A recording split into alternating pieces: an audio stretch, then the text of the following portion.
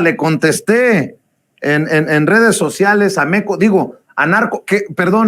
Marco Cortés, al presidente nacional del PAN, con el anuncio que hacía Marco Cortés. Es que además son sinvergüenzas. Me da mucho gusto informar que Francisco García Cabeza de Vaca, solo como contexto para la gente que nos está viendo, el exgobernador panista de Tamaulipas, ha aceptado encabezar la mesa de expertos del Frente Amplio por México en materia de seguridad, con la certeza de que dará sus mejores aportaciones para lograr un México en paz y con tranquilidad.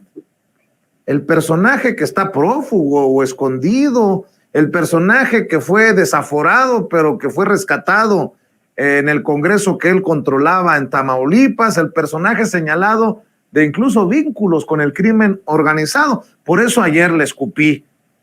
desde el fondo de mi corazón a Marco Cortés, pues mejor pídanle asesoría a Genaro García Luna y a ese sí no le tienen que pagar porque está en el bote. ¿Qué es este cochinero, mi querido Paco, que evidencia la putrefacción de esta oposición que está dispuesta a esto, a darle a Cabeza de Vaca ese encargo en materia de seguridad? No, parece chiste, pero no lo es, Paco. No, Vicente, fíjate, tiene razón, no es un chiste y sí muestra los sinvergüenzas que son en el PAN, pero también en el PRI, porque ellos ya lo dio a conocer Alejandro Moreno Cárdenas, el líder nacional priista, también son sinvergüenzas, son descarados y de pronto se les olvida que tenemos memoria. Mira, ese nombramiento para que coordine el proyecto de seguridad pública del futuro candidato o candidata presidencial de la oposición, de veras, debía no solo espantarnos, sino horrorizarnos. Cabeza de Vaca permitió, como gobernador de Tamaulipas, permitió operar abiertamente al cártel del Golfo, a los Zetas y al cártel del Noreste, a través de al menos 10 células el primero y 2 del segundo, permitió que se disputaran el territorio estatal y con el GOPES, con el Grupo de Reacción Especial que creó su propia organización criminal. Así operaba el Grupo de Operaciones Especiales, conocido como GOPES de la Policía Estatal. Mira, fue una policía élite de 150 elementos que solo respondía al gobernador García Cabeza de Vaca y controlaba, porque eso está probado, demostrado y todo,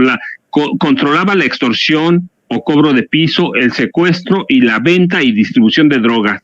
Capacitados en Estados Unidos, los GOPES se convirtieron de inmediato en un grupo policial especializado en el terror, la persecución, el hostigamiento y el espionaje político ilegal, además de involucrarse en el crimen organizado, ejecución y desaparición de personas. Fueron primero acusados de asesinar a 8 personas en Nuevo Laredo en septiembre de 2020, pero en agosto de 2019, un año después, en 2020, García Cabeza de Vaca montó una escena para exponerlos como el medio para hacer valer el uso legítimo de la fuerza. Y al mando de Félix Arturo Rodríguez, que fue en una época director de algo que se llamaba Centro de Análisis, Información y Estudios de Tamaulipas, no otra cosa sino un centro estatal de espionaje político, los elementos del GOPE sumaron acusaciones de abuso de autoridad, exceso en el uso de la fuerza, secuestros, homicidios. Aquel 2020, cuando los presentó García Cabeza de Vaca, precisó, él lo dio a conocer, que el GOPES era un grupo élite que tenía como objetivo cumplir misiones especiales en materia de seguridad y combatir con mayor efectividad a grupos de la delincuencia organizada, pero resulta que entrenados en Estados Unidos terminaron coludiéndose con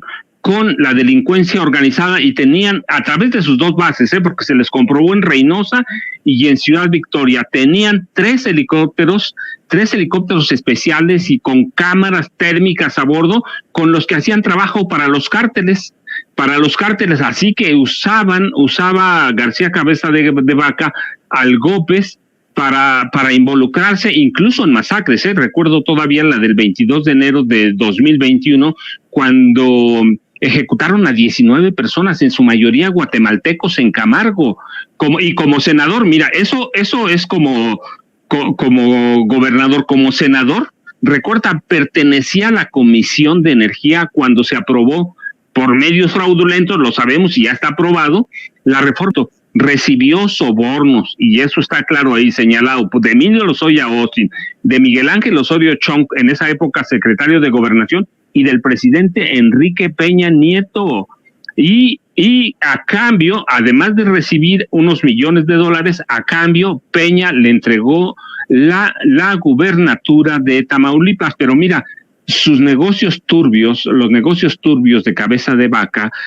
que le permitió hacer el gobierno de Peña Nieto, están más allá también del crimen organizado. Creó empresas fantasmas, trianguló fondos a familiares, y ya hay evidencia sólida de que en su momento, y por la intervención de Genaro García Luna, tuvo acercamientos con Joaquín El Chapo Guzmán. Y mira, en las sábanas de prueba que se presentaron en el proceso, recuerdas, de desafuero, que se le siguió en la Cámara de Diputados, se asentó, y lo voy a citar. Voy a citar a la Cámara de Diputados en aquel proceso de desafuero. Francisco Javier García Cabeza de Vaca, valiéndose de los cargos públicos, acumuló una fortuna millonaria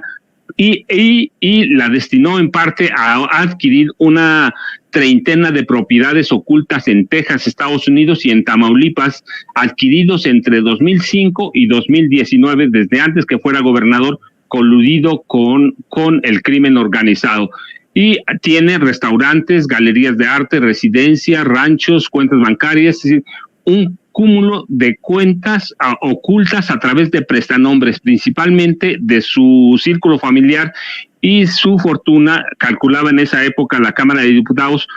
estaba cercana a mil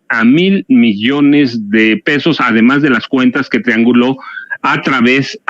de paraísos fiscales. Y hay sospechas muy sólidas de que Cabeza de Vaca financió ataques directos a los hijos del presidente López Obrador a través de Carlos Loret de Mola, de Latinos. Así que quienes le rinden tributo a Alito Moreno y Marco Cortés, pues deberían tener muy en cuenta que no nos hemos olvidado que es muy reciente y que es un discípulo pleno de Felipe Calderón Hinojosa, de Felipe Calderón y de Genaro García Luna, Vicente.